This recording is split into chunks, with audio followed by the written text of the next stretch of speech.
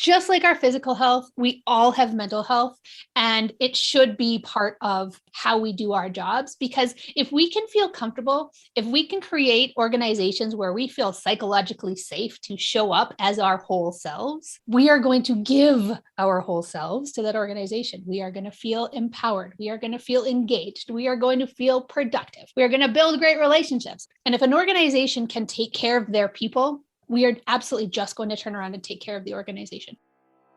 Welcome to the Game of Her Own podcast, a podcast about women who work in sports. I'm your host, Jahaan Blake. After 15 years of working for 3 major league teams, including the Boston Red Sox, Los Angeles Dodgers, and the Chicago Cubs, I discovered the one thing I loved the most was helping women in sports shatter glass ceilings and take their seat at the table. I loved it so much that I made a business out of it.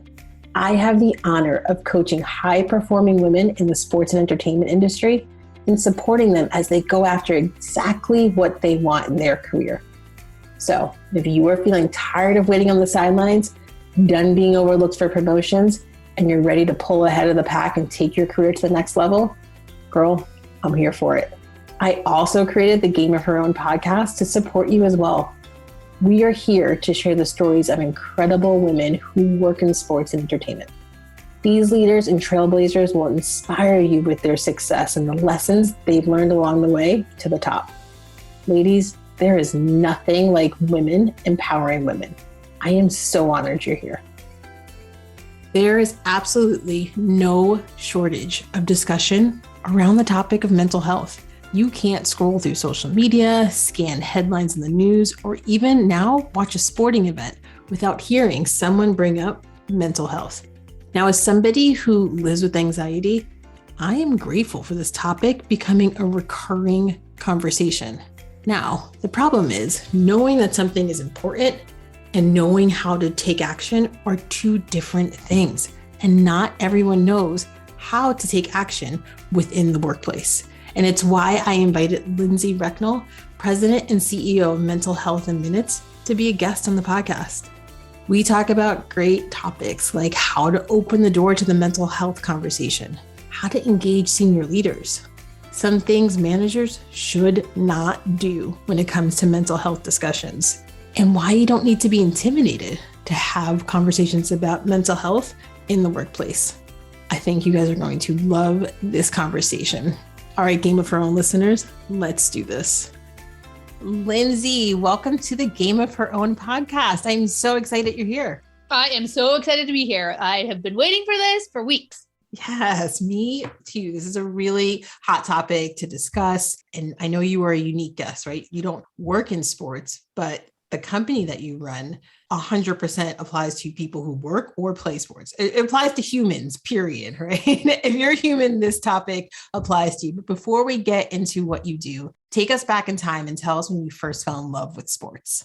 I am the oldest of 3 daughters in my family, and my dad has always been a big sports fan. And since he never had stereotypical sons to pass his love of sports on, that was a role that I got to play. And I absolutely fell in love because of the relationship and the time I got to spend with dad watching sports. And then I will tell you that I dated jocks growing up. I dated a hockey goalie, and I was telling my nieces about it on the weekend, the stress of dating a hockey goalie and, no excitement for minutes and minutes, and then only pressure for seconds that feels like minutes. That joy of sports, that success, that all of those things really reinforced. And then I love the team aspect of it. I was a swimmer. That's not an individual sport, except when you're in the pool, the rest of it is that community. And so I guess sports is all about relationships for me, and have definitely made it and continue to make it a really important part of my life. Swimming, hockey. I hear that Canadian accent. I know others can hear it too. So I expected you to say hockey. Anything else? Any other sports that you loved? So right now I am a big cyclist, a big bicycler. That is a huge love of mine. And I am a huge fan of NFL football. That also came from a relationship that I had back in the day. But I will tell you that ex-boyfriend is no longer watching football, but it is 100% a love of mine. I've been known to cancel going to family dinner to stay home to watch Sunday Night Football. The Minnesota Vikings are my team. Okay. And we've been known to skip events just to stay home to watch. I mean, there is nothing wrong with that at all. And you know, what's really funny is that you say like an ex-boyfriend brought you into hockey and then ex-boyfriend brought you into football. Yeah. And I was just yesterday, I was thinking about how my love for baseball came from an ex-boyfriend in college who I know I do not talk to, but that was my first experience with baseball. And I'm like, I can't believe like going to those games got me into the sports. And then when I went into the sport and then I went to Boston and I was like, I'm going to work for the Red Sox, all because of him. But I give him no credit whatsoever. No, just introducing us to something that becomes part of our love, right? We all get introduced to things that matter to us. And then we get to choose to take them on when those relationships no longer exist. So I feel like it's kind of perfect. Yes, exactly. I like it. Okay, so let's talk about mental health in minutes. So that's the name of your business that you run and own, CEO and founder. Tell us a little bit about your business and how it came to be. Mental Health in Minutes, I have never felt more aligned to any work that I've done. It is an organization that is for companies to open the door to mental health conversations at work, to make conversations about mental health as normalized as any other conversation that we get to have. You know, traditionally, there's a ton of stigma around talking about mental health at work, but we are humans. Just like our physical health, we all have mental health, and it should be part of how we go to business. It absolutely should be part of how we do our jobs, because if we can feel comfortable, if we can create organizations where we feel psychologically safe to show up as our whole selves, we are going to give our whole selves to that organization. We are going to feel empowered. We are going to feel engaged. We are going to feel productive. We are going to build great relationships like we've been talking about. And if an organization can take care of us, take care of their people, we are absolutely just going to turn around and take care of the organization. There is so much evidence to support what we anecdotally know to be true in this space, and nothing like a global pandemic to help me spread my message. You know, all of a sudden, mental health is so important to all of us, and we all have something to share. We all have something to contribute to the conversation. Through Mental Health in Minutes, we are trying to support organizations to feel more comfortable, to have what has traditionally been more of the awkward kind of conversation and make it as normalized as any other thing we talk about at work. I say this to a lot of people that I meet who have these unique businesses and all that stuff. I'm always like, gosh, I wish I knew you when I was coming up, when I started my career. I did a podcast episode called Living with Anxiety, how it sort of all manifested. And I didn't know what it was. And I just kept moving from that thing and running from it until it finally just caught up with me. And it was, I'll link to the episode in the show notes for those of you who haven't listened to it. And I just talk about my experience. And I mean, to have support, like a company like yours, like it could have been a lot different. But so tell me why mental health? What made you choose this route? Why is that important to you? So it came from a very personal journey. 4 years ago, me and my family went through some struggles with mental health and addiction. And to that point, I was super, my sisters will tell you that I was the least deep, least open and authentic person to have these kinds of conversations. And after my family and I went through that experience, it brought me a ton of compassion. It told me a lot about what I didn't know. And I like to think that I'm reasonably self-aware, that, you know, lifelong learning is one of my values. But there was so much about addiction and mental health and wellness and this science of positive psychology, which is something I've learned about. There is so much research and knowledge that I just had no idea was even out there. And if you don't know, how are you supposed to behave in a way you don't know? As we were going through this journey, and I realized how much I didn't know, I figured other people must also not know. You know, you referenced your episode on anxiety. You know exactly what you were feeling, but probably didn't have the language to use to describe it to anyone else. And if you don't have the words to describe it, it's really hard for you to relate to other people, to not feel lonely, to look for help because you don't know what to Google. And so I started this company to share this knowledge with other people, to help, you know, raise that mental health maturity so that we can all feel comfortable in our own skin. So we can recognize that if it matters to us, it absolutely gets to matter. And we get to share those stories out loud and know feel confident in the words we use to know that people will receive what we're trying to say because we feel a bit more intelligent about it. We know that language that will resonate with other people to try to get our message across. Very well said. Like right now, mental health seems to be trending. Right? The topic seems to be trending. And I think it's been trending my entire life. But when you're out there, everyone's receptive to it now. I should say the circles that I keep, right? And what I surround myself with in like social platforms, everyone seems to be very receptive to it. And everyone seems to be putting messages out there for the people who are not, right? To get them on board. So the conversations are happening, but I feel like they're happening in these virtual worlds where like you're liking the post about mental health, but are you really having a conversation with a human about it? Yes. Right. And so when it comes time, whether you're the person struggling or you're managing someone who's struggling, when it comes time to have the conversations, how do you do that? So help us understand how you open the door to having the conversation. I love that we are talking about this stuff. I love that there's social media posts. I love that people are trying to reduce the stigma by sharing this information. And I love that people are reading it, even if they're not commenting or internalizing it quite yet. We're on that path, right? We're opening the door to these kinds of conversations. And in fact, you can use those social posts as one of the ways to open the door to a real life conversation. Yes. So, if you and I have a mutual acquaintance on LinkedIn and I know that about you and I see that they've posted something around, psychological safety, and then you and I are having coffee and I say, hey, Jahaan, did you see that article? What'd you think about the concept of psychological safety and, this new book out there about it? That shared experience, that related piece of content makes it a bit softer, less direct. And then once you've started those conversations, they can go into deeper places, but you can start superficially with something related to the person you're speaking about. Very similar if you see a lot of many celebrities are sharing their mental health stories, their journeys to wellness. You can reference those kinds of stories and say, X and X celebrity has been talking about their journey. I've experienced something very similar.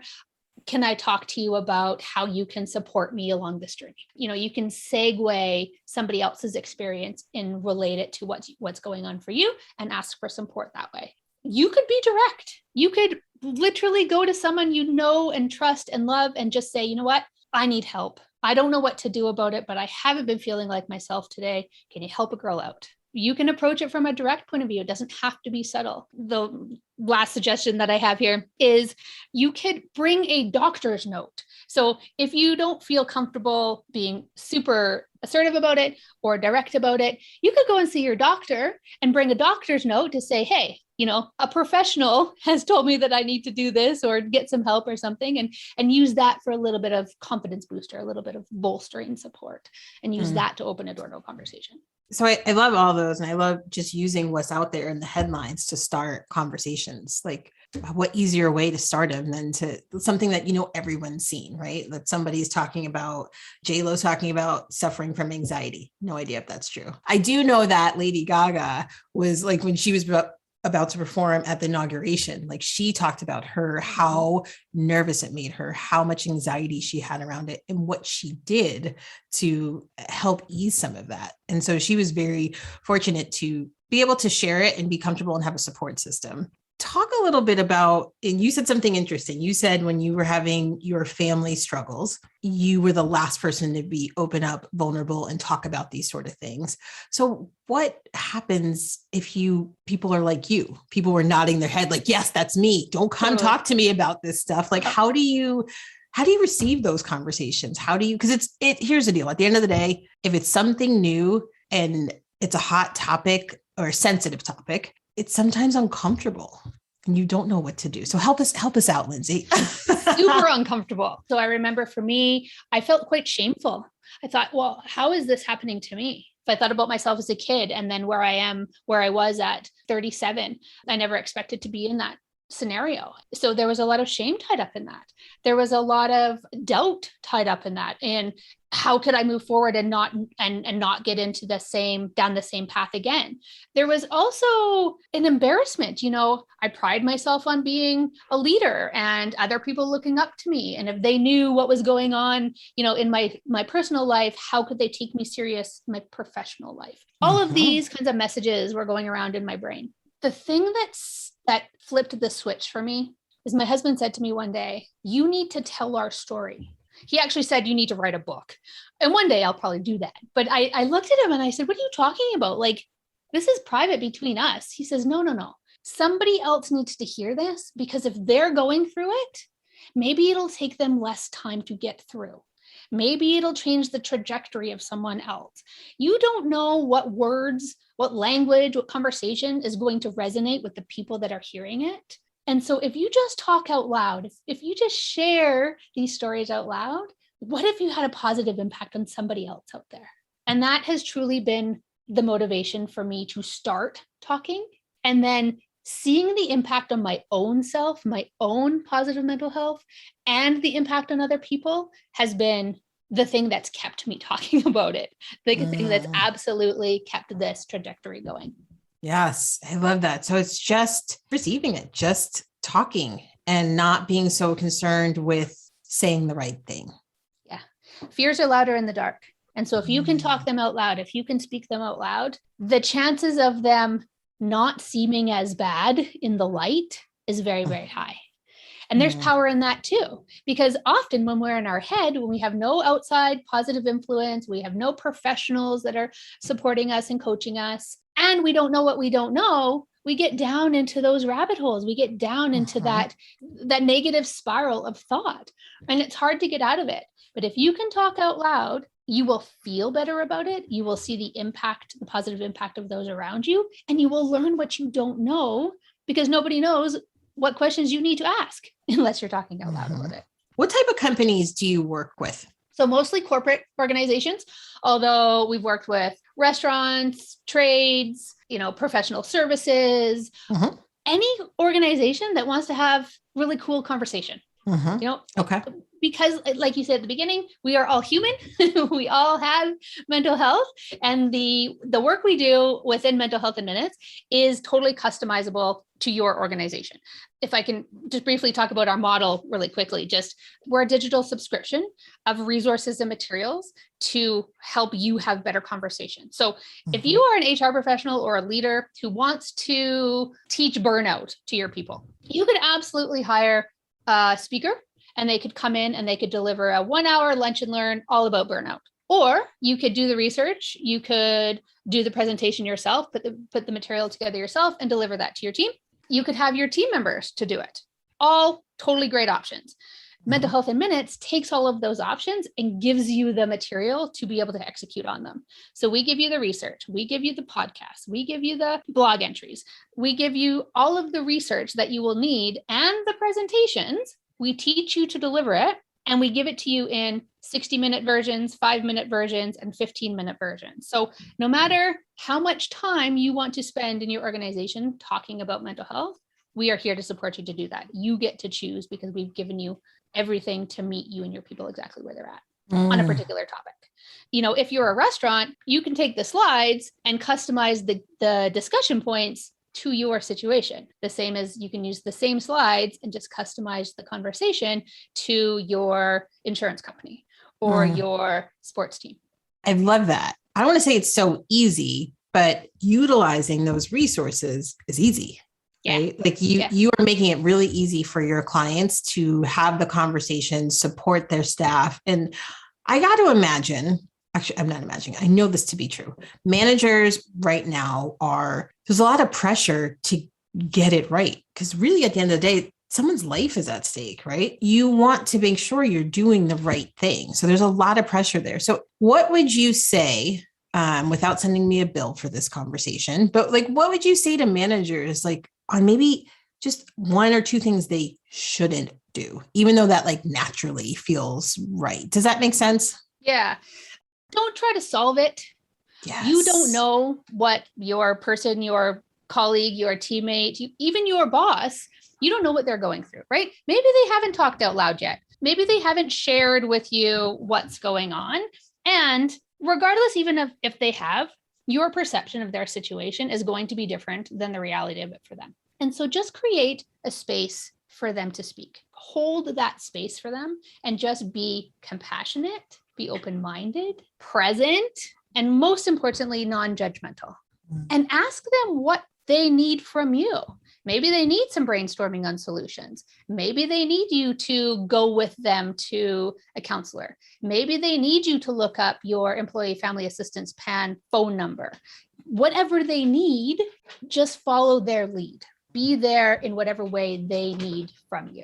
Yes, I love that. Do not solve this. Like, don't try to solve it, because that everyone wants to help. So that's what you naturally go into, like, help mode. But it sounds like you're just telling us, listen without judgment, and ask them what they need. And they may not know, but if they do, you're taking a step in the right direction. And so often as leaders, we get scared. What if they come to us with a problem we can't solve?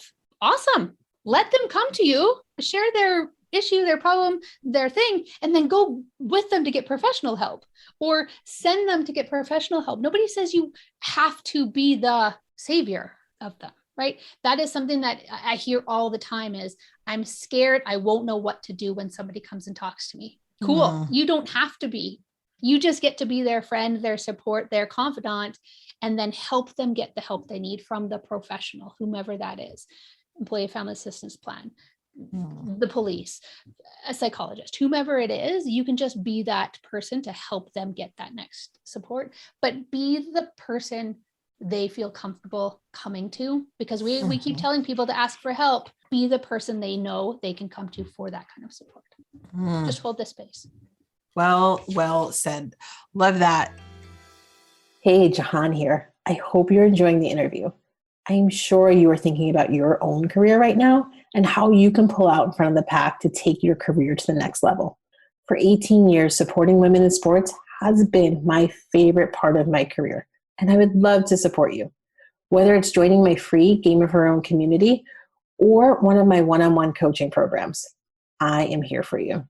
Send me a message at jblake@jahaanblake.com or DM me on Instagram @jahaanblake, and let's schedule a time to have a free session. I cannot wait to hear from you. All right, let's get back to why you're here. Lindsay, what do you do when it comes to senior leaders? Like the ones that aren't quite on board yet? And it's not right. And I like to think that they are on board, but they don't really know what it means. Let's be honest. They have a lot of things going on. And if it's not something where they've had a personal experience in their life, they might, okay, we need to do this. Just go do it. But they might have some like stipulations around that. Go do it, but keep it cheap. Go do it, but make sure like it's not awkward. Like, or just go do it, but I don't want to hear about it. Oh, I'm sorry. We're supposed to have secret meetings, right? Like you just sometimes I always remember getting something like where I like this is important. And then I get the yes, but like this weird, qualifying statement around it, which I'm like, what? That's a no. You just gave me a yes, but a no. So how do you approach those conversations with senior leaders? You're right. It can be really hard to engage senior leaders, especially ones who haven't yet internalized what their own mental health journey is like at work. I like to think it's better now than it was even 18 months ago, and it's more personal. We've also got a lot of research and evidence to support how powerful having these kinds of conversations is at work, even from a black and white profitability point of view. I mean, I can give you ROI calculations up the wazoo now that support decreased costs, overall benefit utilization rates going down, absenteeism going down, presenteeism going down. Like, I have any number of metrics that I can share that support the black and white benefit of doing this kind of work. And sometimes a senior leader needs that, right? Sometimes they need that because they feel beholden to a shareholder that doesn't get it, or and they've got to demonstrate that benefit to the bottom line. I would also suggest sharing kind of benchmarking against other similar organizations that are doing this work. Like I had an executive from LinkedIn on my podcast a couple of weeks ago, and his job was compassion and mindfulness at LinkedIn. Like, I can't think of a more conservative, corporate-ish kind of organization that is doing mental health really, really well. And so by sharing those kinds of examples with your senior leader, seeing how their peers are approaching this in their organizations and seeing the results, the financial results, the shareholder results of that work, that seems to help a lot as well. And also, if you just keep doing these kind of grassroots efforts and seeing the transformation in your organization, even in sort of pockets within, and then keep sharing those successes kind of up the chain as you go, a positive rock rolls downhill, right? Keep that momentum going. It may feel slow, but eventually there is enough evidence to support the power that eventually, with consistency, you'll get there. And that's another thing. Mental health is not a one and done. It absolutely needs to be part of an overall maintenance program. Like you go to the gym every day, like you brush and floss your teeth every day, practicing mental wellness is also something that has to become just something we do, just how we speak around here. Bringing in a speaker to do a one and done conversation is great. It gets that ball rolling, but unless you continue the conversation on a regular basis, it's just going to be that. It's just going to be one and done, and you're not going to actually get a culture transformation. Yes, exactly. People leave those meetings when you have the guest speaker excited, ready to take on the world. And if you gave them a survey, that right after, the scores would be probably high if you had a really good guest speaker. But if you took the same survey a week and asked about action, there probably wouldn't be any. The program has to be sustainable, ongoing. And correct me if I'm wrong, but I'm just going to go out on a limb here and say you need a champion within your organization to make sure this works, make sure it has legs and it continues to grow. It absolutely does. And really great organizations will have somebody who doesn't just do this job off the side of their desk, right? So often organizations will say, you know what, HR leader, I know you're a busy guy. I know you're a busy gal, but just, put in a mental health program and champion it for our organization. Better than nothing, but organizations who actually invest in putting someone into place whose job it is to support the wellness of the organization, they are the most successful at doing this because they're going to be the most focused on it. I know that's not the reality for a lot of organizations.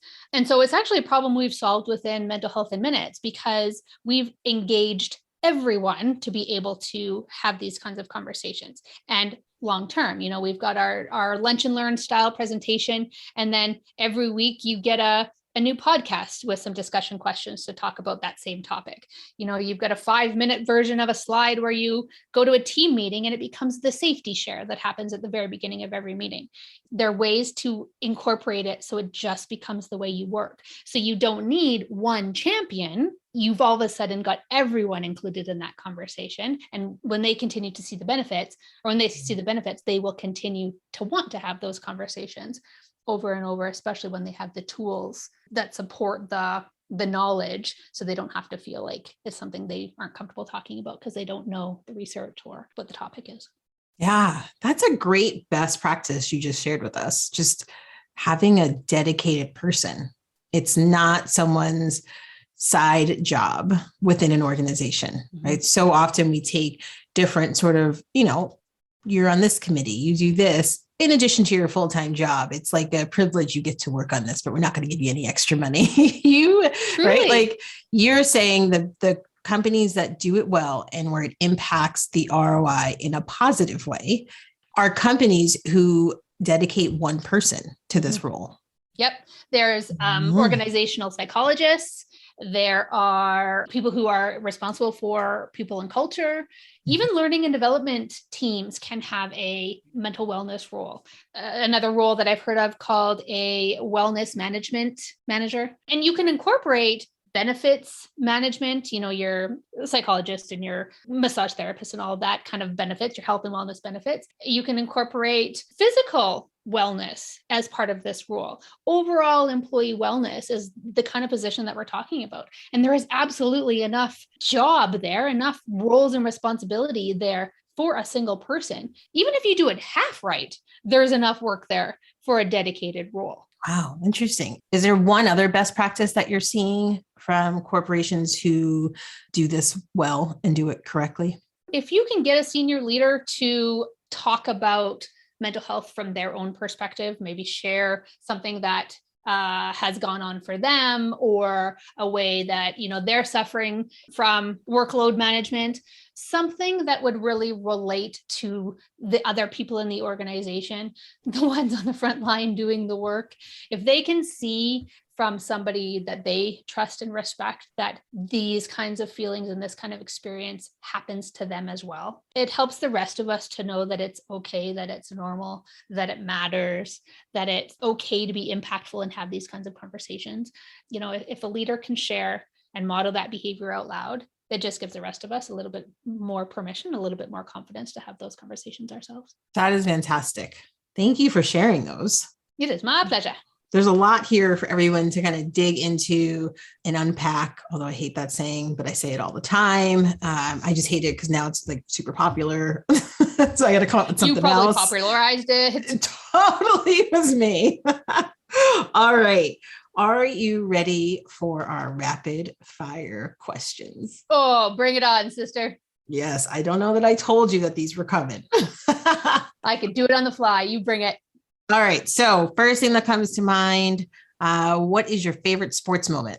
So I always watch the Green Bay Packers and the Minnesota Vikings, and it's a Green Bay Packers moment that comes to mind. Aaron Rodgers, who's famous for his absolutely wicked long bomb, everyone in the end zone, chaos everywhere, people jumping higher in football than they should be jumping in basketball, Buddy bringing it down, touchdown Green Bay. The crowd goes wild. So good.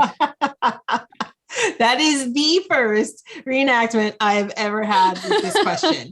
So thank you for being the first. I wish everyone else could see it. Or maybe I don't. Maybe I don't. What is something people always get wrong about you? People say that I can be intimidating. I like to think that was the characterization that I would mostly hear 5 years ago, and that now I come across as much more approachable and open, but I've definitely heard that.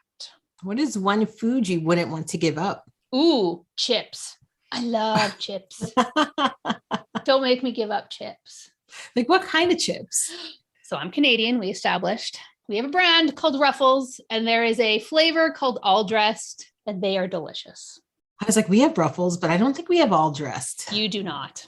Yeah, I don't eat chips, but how can we be friends? I know. I do like tortilla chips for nachos. Fair. Okay. Yeah, I'm aligned. So I'll eat those, but I don't bring them in the house. You guys also put mayo on your burgers, and I don't understand. Like, I just don't. We also dip our French fries in mayo, if that's a thing. Oh, y'all didn't just see my face. I was just in Washington State, and I ordered a burger, and I was like, what? I was like, oh, we're so close to Canada. It's like they're influencing my food right now. Okay, sorry, rapid fire. Okay, are you a morning or a night person? Morning. Favorite holiday? Thanksgiving. What job? Canadian Thanksgiving. What job would you absolutely be horrible at doing? I worked at 7-Eleven once, and it was awful. Good to know. What product would you seriously stockpile if you found out they weren't going to sell it anymore? Oh, there's this spice called Cavender's, and there must be a global shortage because I literally have my in-laws looking in their town for this stuff. And I was home last week and I found it, and I sent them a text message that said jackpot, and I bought out the store. Like, is it spicy? Is it salty? It's like a Greek style kind of spice. It's salty, but it says Greek style on the package. Yeah. Good to know. What is your favorite app? My sister says the longer my mouth is open, the geekier I get. So the answer to this is the Goodreads app, where I can track all the books I've read and the ones I want to read. Oh, I've never heard of this app. Okay. Oh my gosh. You need to look it up. It's ridiculously awesome.